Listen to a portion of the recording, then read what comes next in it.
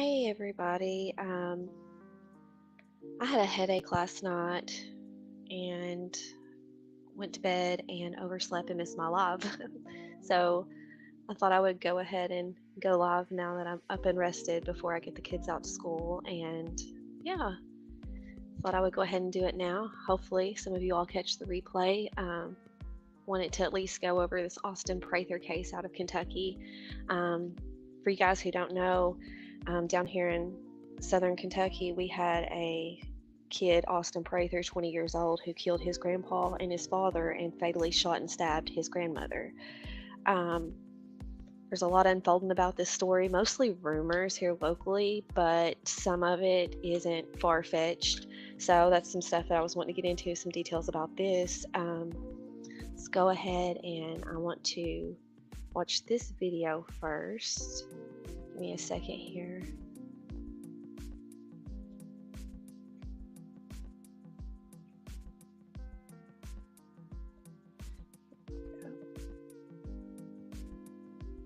All right.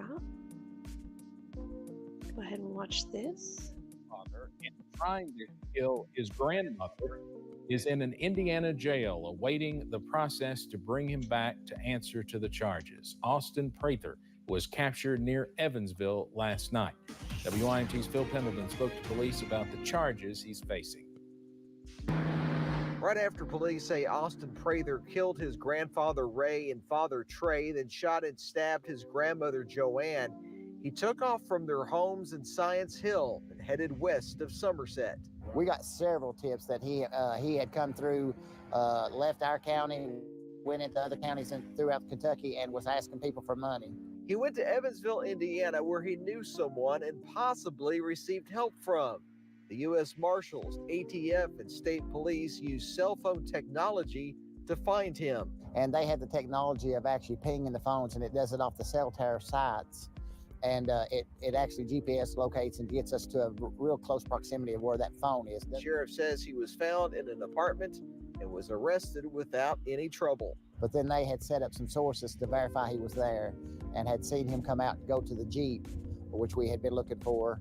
We did some checking into Austin Prather's criminal history. We didn't find a whole lot. We did find one DUI arrest that resulted in a situation where police say Prather ran from officers before he was eventually detained again. Detectives say they know the motive, but they aren't ready to release that yet. They say they received critical information from Joanne Prather, who is now in stable condition at UK hospital. The investigation's still going on. We've got to we've got to extradite back. Did I say that right? From Indiana, as well as the vehicles up there. Police do not expect him to fight the extradition process. In Pulaski County, Phil Pendleton, WYMT Mountain News. We're told that funeral arrangements for the two killed are still being worked out. Okay, so that was about Austin Prather. As you heard, the sheriff down here said that they had found a motive. Well, I think I know what that motive is, so we'll get into that as well. It's good to see you in here. I missed my live earlier, so I just decided to come live when I woke up, and hopefully some of them will catch the replay. But I'm talking about Austin Prather from down here in southern Kentucky. As you heard, he killed his grandpa, father, and fatally shot and stabbed his grandmother. His grandpa is Ardith Ray Prather Jr., and his father is Ardith Trey Prather III.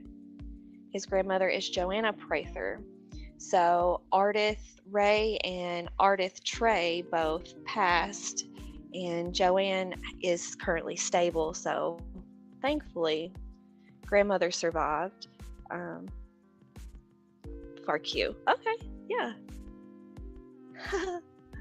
All right. And one thing when I was looking through this, so Austin is 20 years old. He isn't a bad looking kid. He doesn't look like he's on drugs or anything. So everybody around here was like, Jesus, what happened? You know, why would this kid snap? He was such a good boy.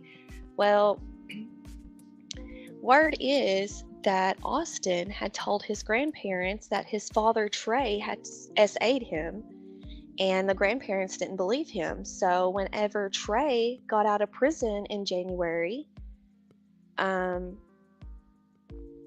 the threat was made by Austin that he would kill him. And, well, guess what? That boy done it. And people here locally are tearing my ass apart. Let me tell you what. They are telling me I don't know what I'm talking about, that Trey was a good man, and he might have been. All I know is that when I look up this man, that he is a sex offender. He is registered on the COOL site, which is Kentucky site for the sex offender search list. So that tells me that it's not so far-fetched that Austin was being essayed by his father and told his grandparents, and them being parents didn't believe that their son could do that. So this is what caused this all to transpire. I think that that's a really very real possibility. So let's pull up Dad's sex offender record real quick. Let's see. Take me a second here. I'm always rusty on the screen sharing. Oh. Here we go.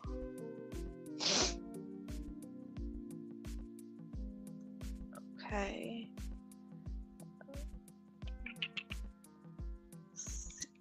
See what his dad's been up to. So I've actually had a run-in with Trey personally myself years ago before he went to jail for these CP charges. He actually used to live near my aunt, and my daughter and my niece was outside playing. And while they were out there playing, he came to the fence and offered them candy. We had done heard about the allegations about the child porn charges, so we went ahead and cut that out immediately. But yeah. Oh, he's on here. It's not showing him, but he is here. Let me just go ahead and go back to Google. Oh.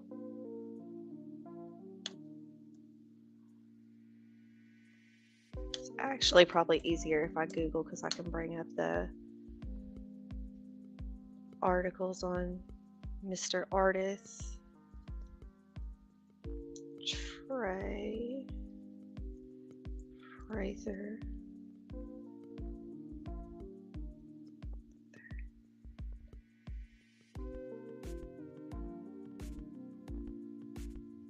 Okay, here he is. Okay, so there is his dad. Yeah, FRQ, this is a messed up one. I'm telling you what, I'm taking a lot of heat of this. This family is actually a pretty prominent, like the sister is the main pediatric dentist here, has a huge office, good family. The grandparents, as far as I know, is very active in the, I think it was the Science Hill Nazareth Church. I'm not for sure. Don't hold me on that. But anyways, they were good people, you know.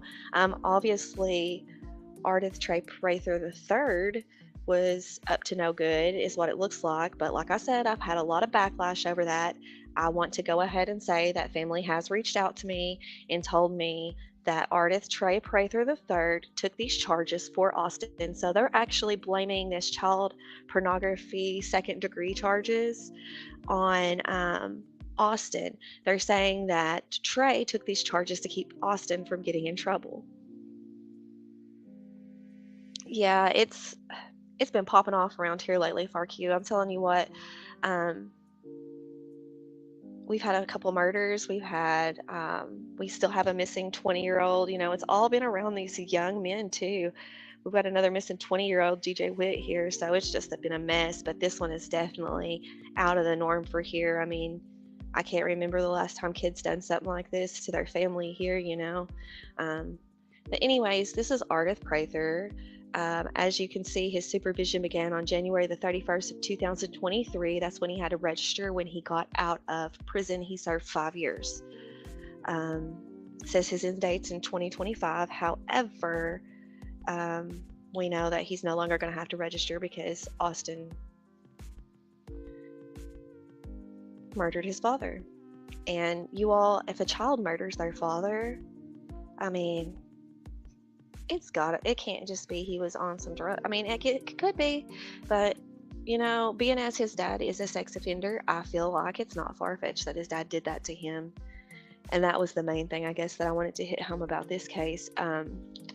But his dad was charged with possession of CP second degree. So I know it's not touching kids, but if you're going to do that, you're not far from the other. Okay, so that was about Mr. Austin Prather. And like I said, Grandma is stable, so let's send her prayers and good thoughts because she's going to need them. She's lost a husband, a son, and a grandson now. I know Austin's still with us, but regardless of why he done this, he's going to see some jail time, and he's thankfully he's a young man. Hopefully, if he done this for the reasons that is rumored, he gets out to salvage some sort of adult life. However, we're in Kentucky, and he's not going to get any mental help, unfortunately. Yeah, so who knows? But all right, and a lot of you all have been asking me about the child remains that was found in Carroll County, Virginia. I have not been able to get a hold of anybody who can give me any further information on those yet. What we do know is that there was partial child remains found in Carroll County, Virginia, in the Iron Ridge section. Right, yeah, they don't do that for no reason. I couldn't even imagine raising my voice to my parents without having a very good reason, so yeah. But anyways, as I was saying, the child remains was found in the Iron Ridge section of Carroll County, Virginia. They were found on September the 6th, 2022. Here, I'm going to go ahead and see if we can't get them up on NamUs here.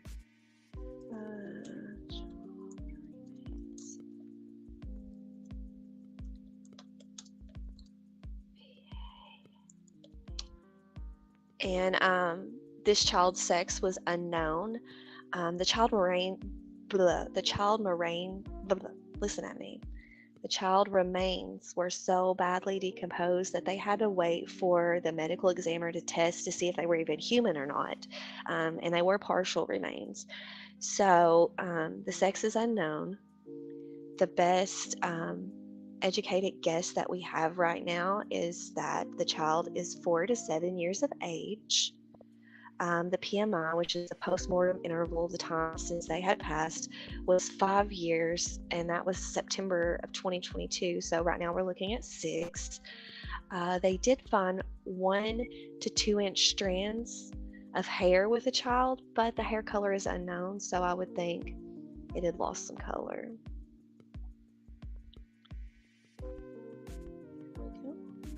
And the remains were found in a trash can. Nearby them was a gray and blue sleeping bag with a white blanket and pink flowers, and a fragment of orange and pink cloth that had Winnie the Pooh on it. And here is baby doe on NamUs. As you can see, the Winnie the Pooh blanket that's up in the corner there, that is the blanket that the material had came from. Best I can remember last time when we went over this, guys, we found that blanket was sold in the 2000s, early 2000s in Walmart. Area not specific, so that's something to keep in mind if you know a child early 2000s that might have been a bitty baby, or people that had little kids around that time. Now one's missing, might be this one. Oh wait, they've actually named it a male. Wow, so that is an update, guys. So now let me find my pen and write this down. That's exciting. So Carroll County doe is now a male. Okay, and of course size could not be determined because they were partial. See, it took them a while. It took them till January. They found him in September, and it took them to January to actually put it in NamUs. As you see, there's no eye color, hair color, race, anything of that nature yet. That was what was found near the body. Here is some pictures of the images of things that were found there. You're looking at a blue-gray sleeping bag. As you can see, it is weathered.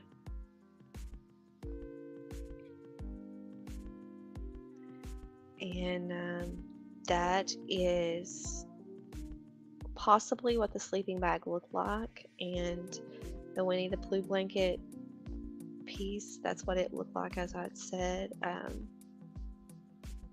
So I'm going to call the Roanoke, Virginia office again up here of the medical examiner tomorrow, and well, today, I guess. I keep forgetting that I went to bed early and woke up too entirely early. But I'm going to call them and see if there's anything else, because last time I called, they didn't even know it was a male, so who knows what they know now that they haven't put on here, and hopefully we can get an update. Okay. So that's our catch up on the Carroll County doe, who we now know is a male. That makes me very hopeful that they'll identify that child soon. Okay, now another one that I want to talk about before I touch on DJ is Tiffany Lucas. This is a Bullitt County mother who murdered her children, unfortunately, last week. More crazy in Kentucky. 7:15 in Australia. Wow, yeah, so you're still having your early night. I went to bed around 7:15 here and woke up about 1 a.m., which would have been about 2 hours ago. So, yeah, definitely a time difference. It's always wild to me to think about how, here I am, 3 a.m. in the morning over here in good old Kentucky in the USA, and then you have someone like you in Australia, and it's 7:15 p.m. so far behind there. Which, I mean, it makes sense. I understand it, it makes sense, but to me, it's always been an odd thing. And time changes when I travel, man, they mess me up so bad. I couldn't imagine going to Australia. I don't even know how somebody would get used to that.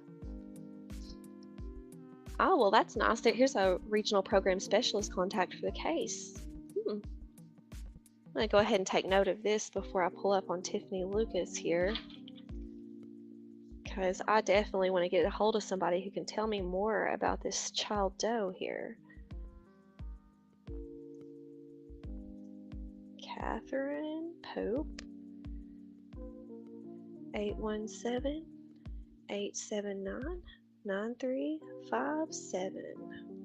All right. Okay.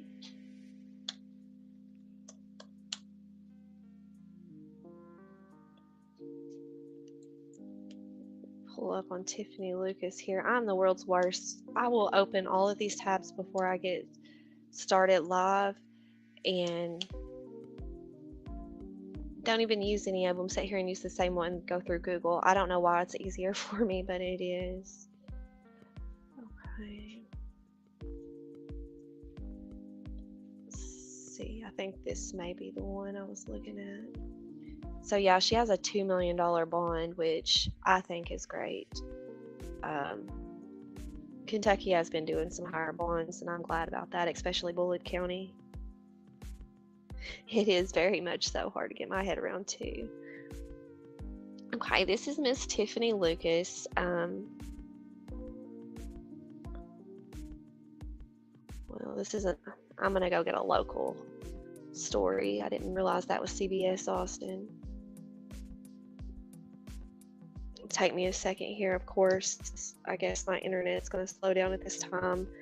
I don't know how your all's internet providers are there in Australia, but here in Kentucky, where I'm at in the US, they like to give us high-speed internet, and during your downtimes, they average out, and your slow times where you're not using it enough or a lot, they'll give you the slower speed internet so they can, keep higher speed with somebody that uses it a lot at this time. So when I get on the internet during times that I'm not normally streaming, it tends to slow down.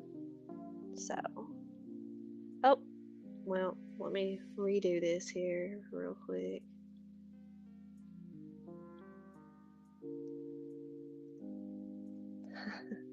I barely do. Luckily, I have a couple good friends who are creators, and they help me as much as they can. I just wish I wasn't so slow at this.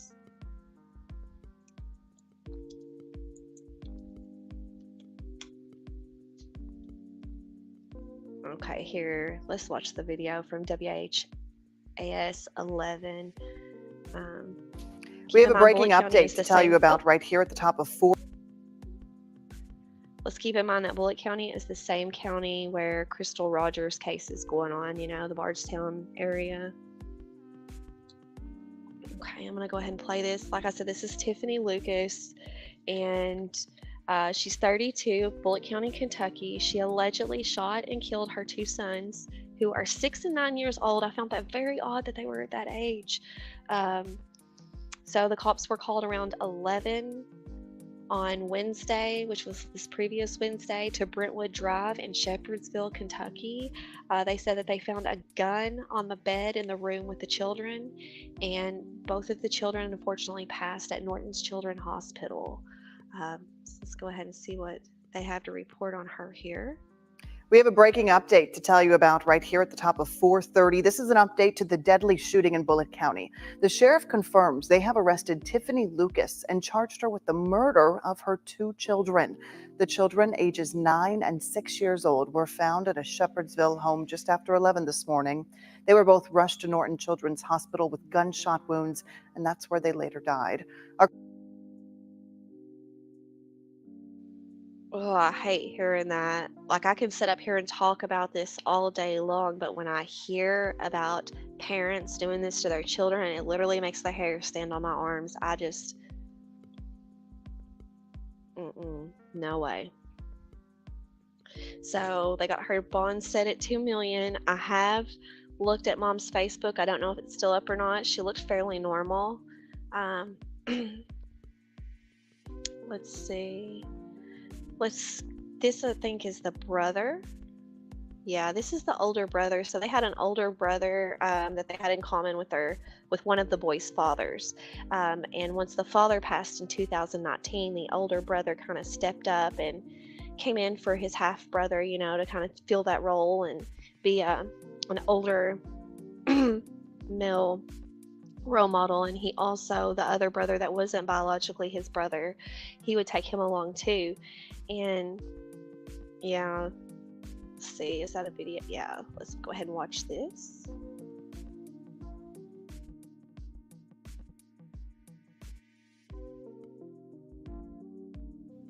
I am very, very sorry to hear that. I couldn't imagine losing a child. My heart goes out to anyone who has. You know, my mother, she lost a baby 38 years ago, I guess. Yeah, 38 years ago, the baby right before me. And sometimes I wonder who she was before, because even though it's been that long, I know it changed her, like you can tell. So yeah, my heart goes out to you. Yeah, I definitely don't understand people who can do this when there's so many who wish they had their babies. Oh.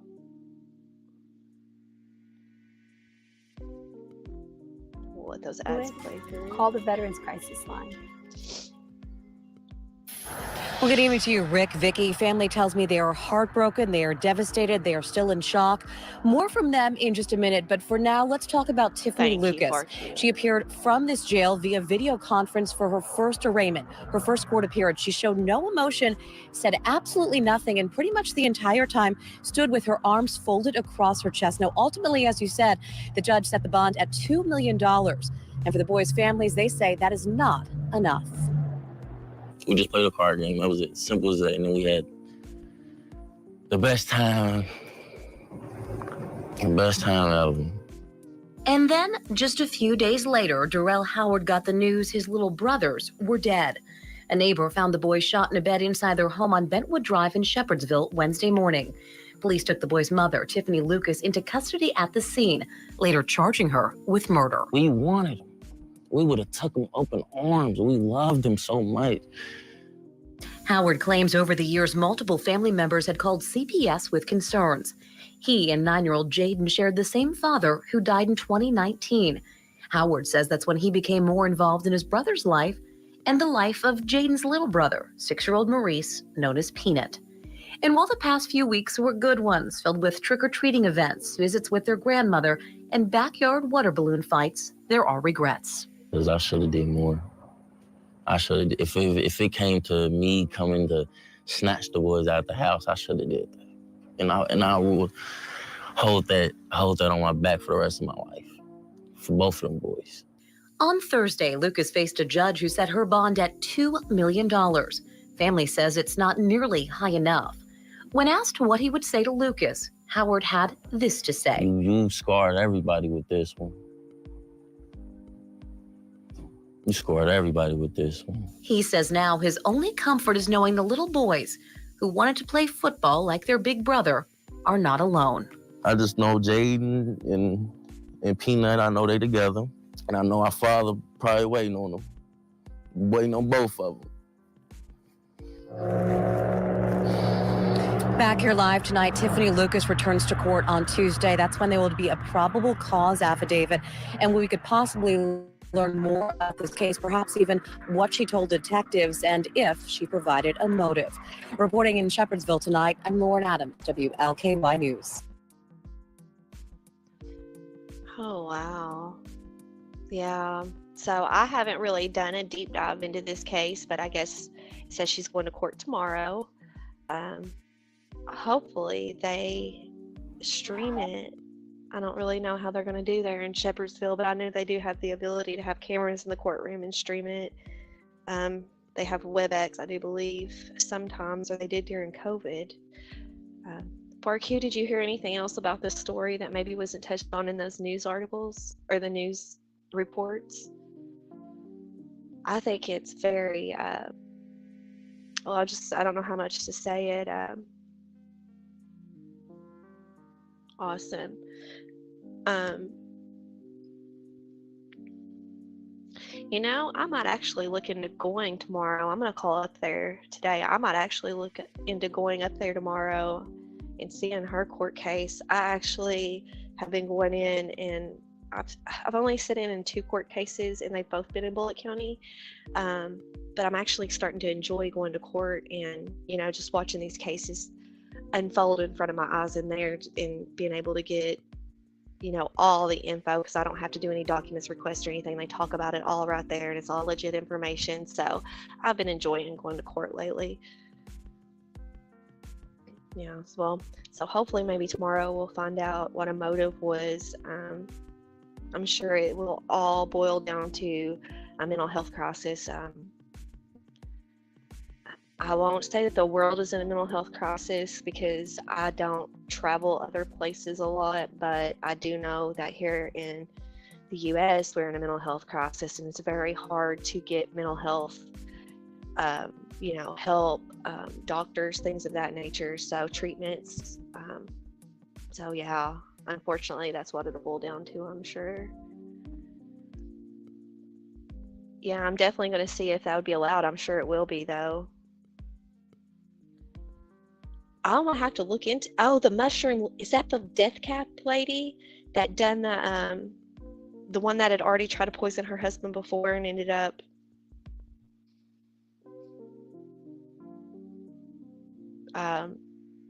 Didn't she end up killing some family members? That is an interesting one if that's what it is. I haven't looked at it, but I've been watching it on Down the Rabbit Hole channel when she covers it. And let me tell you what, there's no way that was an accident, because you don't cook for your whole family and you're the only one that survives, That is wild. Do you know what kind of mushrooms they were, Farq? Like here we have morels, and if you don't identify them correctly, there's a poisonous mushroom that looks like a morel, or they call them chicken heads too, or chickens.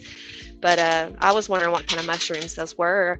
I know they said death caps, and somebody said that is a type of mushroom, a death cap in itself. I'd never heard of them though. Give me 1 second, I'm gonna restart my washer here. I'm trying to get caught up on chores as well before the kids get up. It's kind of nice to be able to do the chores without fighting littles.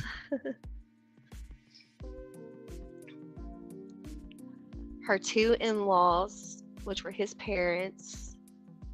Oh, wow. Yeah. The wife died? Gosh. See, I thought the ladies had survived, but wow, his parents, and then people are insane. I'm telling you what. I'm never shocked on what I hear next. Sometimes, like I said, it'll give me cold chills when I hear it, but you know, it's a crazy world.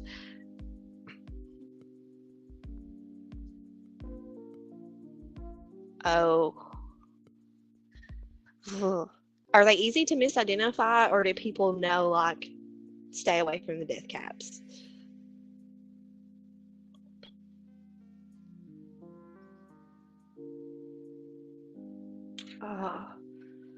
Excuse me here. What I'm doing right now is I'm going to go ahead and pull up Facebook and pull up some of my DJ Witt stuff. There's a missing person here locally, and he's very near and dear to my heart, so I just wanted to share him while I was on this morning. I had him on my list as well for my Kentucky cases. DJ Witt. Find DJ Witt. Maybe if I talk to myself, it'll pull up quicker. Oh, his parents died, the pastor and his wife. The wife is sister to the guy's parents. Wow. Jeez, oh peas.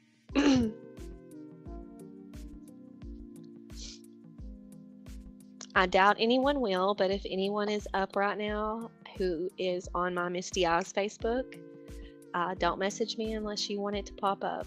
But I think all of y'all are in bed. Let's see, let's stop that screen. Let me go ahead and share my DJ screen here. Oh, so she knew exactly what she was doing. See, I wasn't sure. Like I said, here we have some that are edible. We call them morels. And if you misidentify them, you can. There was a family here back.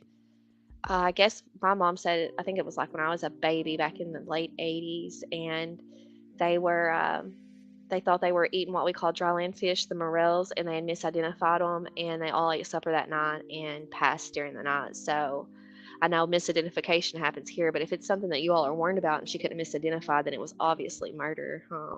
Yeah.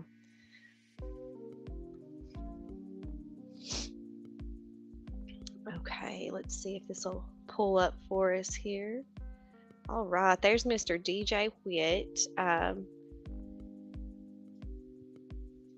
DJ is a 20-year-old Casey County native who is missing out of Pulaski County, Kentucky. There on that cover photo, you can see that red tick right there. That's the last place he was seen in the Clifty Creek area. I had done a live on DJ before. Let's see, what am I trying to get to here? Featured.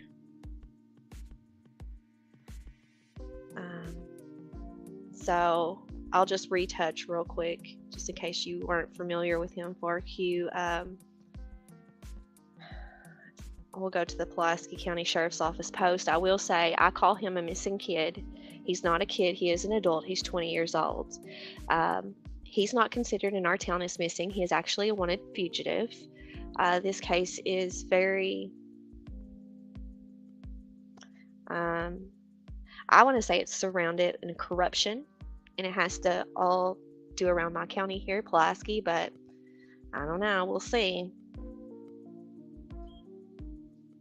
Oh, so there's nothing that they could confuse them with at all.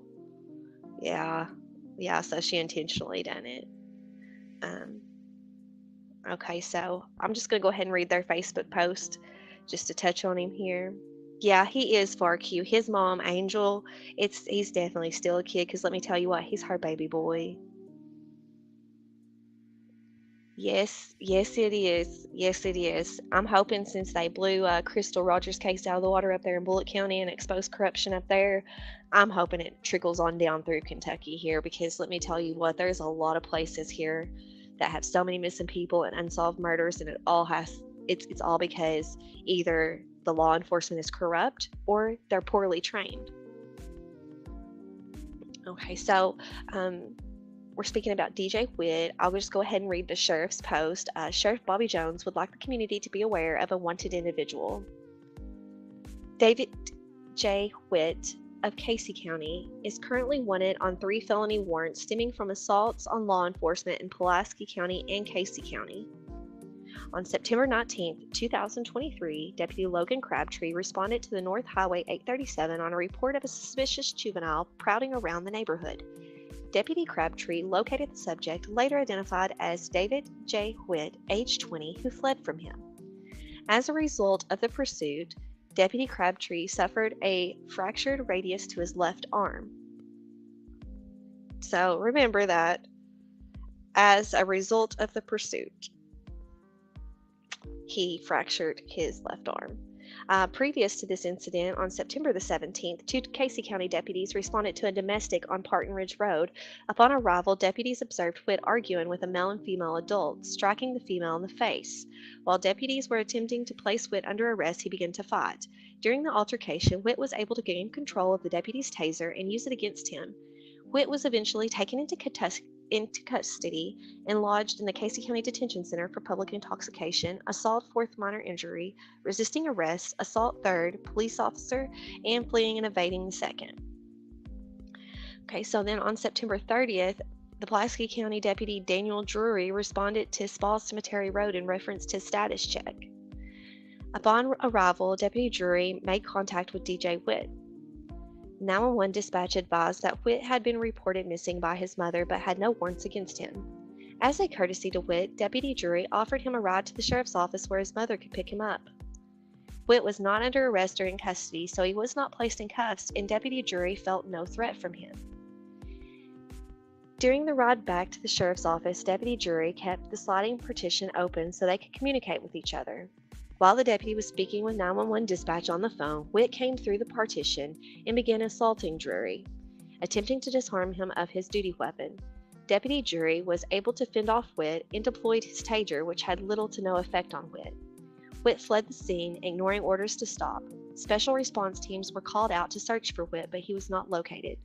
A felony warrant was issued on October 1st, 2023 for assault 3rd police officer, criminal mischief 1st, fleeing and evading 2nd, and disarming a peace officer. 2 additional felony warrants were issued on October 3rd in Casey County. David Witt is still at large and considered dangerous. If you see Witt in the community, do not approach him and immediately report to 911. Okay, I know, DJ sounds like a little monster, don't he?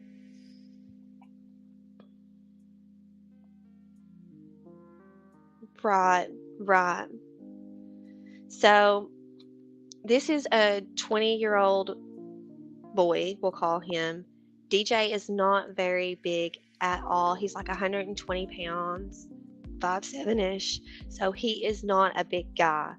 I don't know how he was disarming all of these law enforcement officers of their tasers unless they're poorly trained, because these law enforcement officers are not only law enforcement, they're also Marines and veterans. So they have, extensive unarmed combative training, as well as they should have extensive training where they're law enforcement with their weapons. So I don't know how they're getting disarmed so much. Right? And the reason I bring DJ up again, I know I've talked about him quite a bit in my other lives too. The reason I bring him up again is because I get to looking through our sheriff's office page here, and guys, it's happening again. There is another kid that was arrested for taking a taser from the sheriff's office. So if it's true that the sheriff's office this is really what's happening, and they're being assaulted like this and getting their tasers took, please tell me what the issue is. Do they need better training or what, Right, and he wasn't under arrest for Q, this is the thing. I don't know if you're familiar with DJ. He's kind of my case of passion right now, I guess. There's Not much updates because we haven't seen him since Deputy Drury seen him. But DJ originally was reported missing by his mother. He left home delirious. You know, he was having a mental health crisis. He's had a mental break. And for all we know, he's still wandering in the woods. Yeah, another and another and another. It never ends here. Girl, you were right. It never ends here at all. Okay, let's get through these Veteran Day. Okay, yeah, here's the one. Look at this one. This is from the 8th of November. Sheriff Bobby Jones reports on November 8th, 2023, that at approximately 7:37 a.m., Captain Kerry York and Sergeant Cody Cundiff responded to a domestic disturbance in Braunston, Kentucky. When they arrived at the residence, they were permitted entry and so forth. Oh, wait, this isn't the one. This is the one that had the AR-15. Sorry. Let's see, it's this one. Yeah, this guy. This guy right here, Joshua Hardwick, 35, of Lewis Street in Monticello. So see the assault second degree on a police officer? If you see here, Deputy West. Okay, yeah, this is the one. Let me read this. So Deputy West is also involved in DJ's case. His name is on several of the documents. So it said that the sheriff reported that on November the 7th, that Deputy Dylan West responded to the Social Security office in Pulaski County. There was somebody going off in there. So during the attack by Hardwick, he was able to get on top of Deputy West and begin choking and strangling him with the assistance.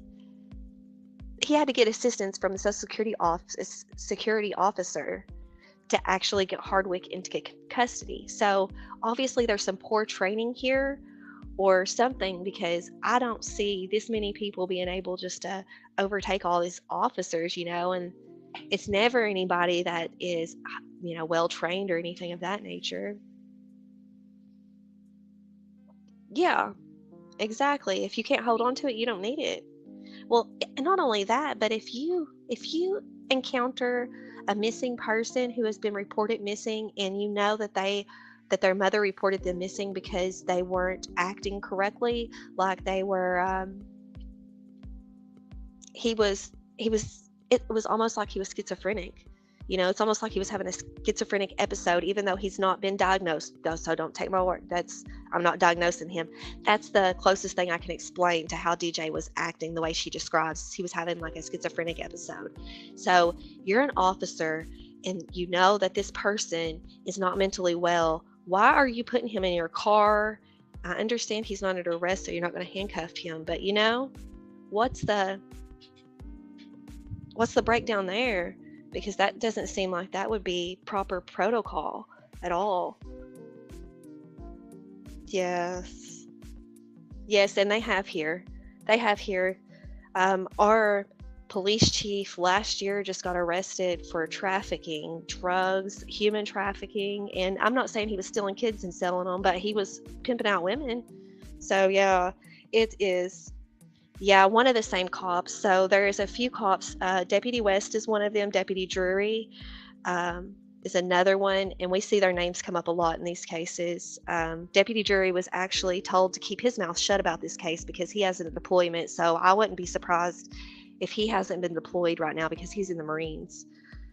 So he'll never, if anything did happen, he was the last one to see DJ. If anything did happen to DJ on his watch, he'll never, we'll never know because he's probably already deployed to another country right now in the Marines.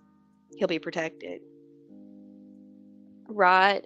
It makes me wonder here in this town. I don't think this cop, Dylan West, I don't think he's a serial killer, but I do think he might be a little bit dirty because his dad was a deputy, and his dad, who was a deputy here back in the day, he actually was drinking and driving and hit a couple in a car, and they got hurt pretty bad, and he refused to render aid and left them at the scene, and they almost died. So it's definitely the name West here is kind of crooked when it comes to law enforcement. I've been very angry over this. As a mother, it scares me to raise children in this town where this is happening. Adult children anyways.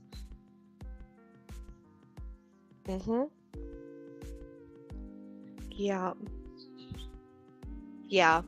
Oh yeah. Here they definitely protect each other. So with DJ's case, the reason I know there's something a little fishy going on is because when people was going down here to search for him locally, we were down there searching, right? There was some kids that knew DJ that was down there searching on four-wheelers, and they got stopped by the state police, and they were stopped by a couple deputies here.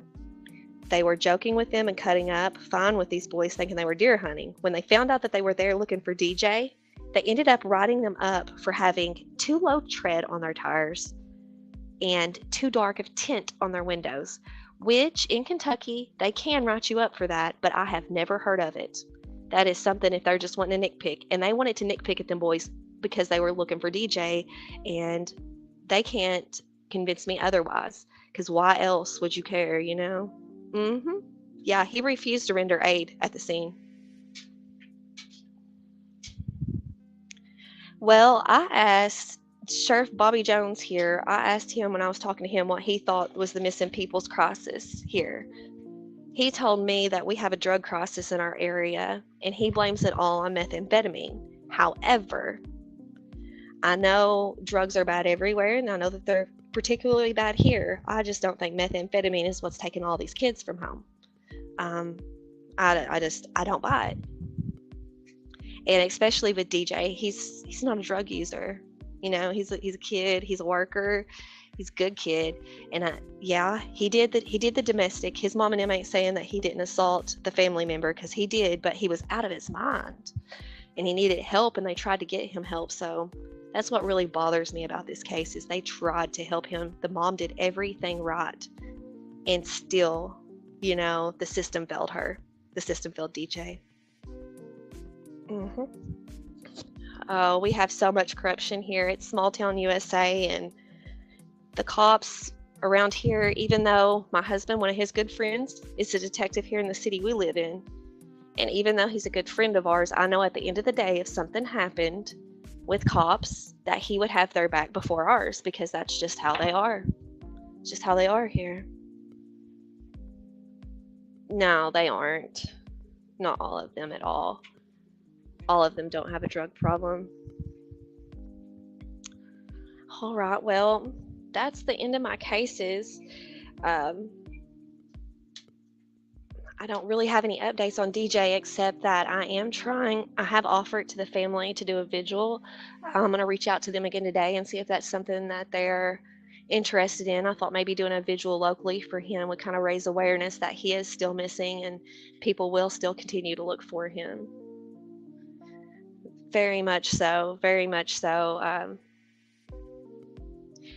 With DJ's case, I guess all I can do is pray and send good vibes that he gets found, and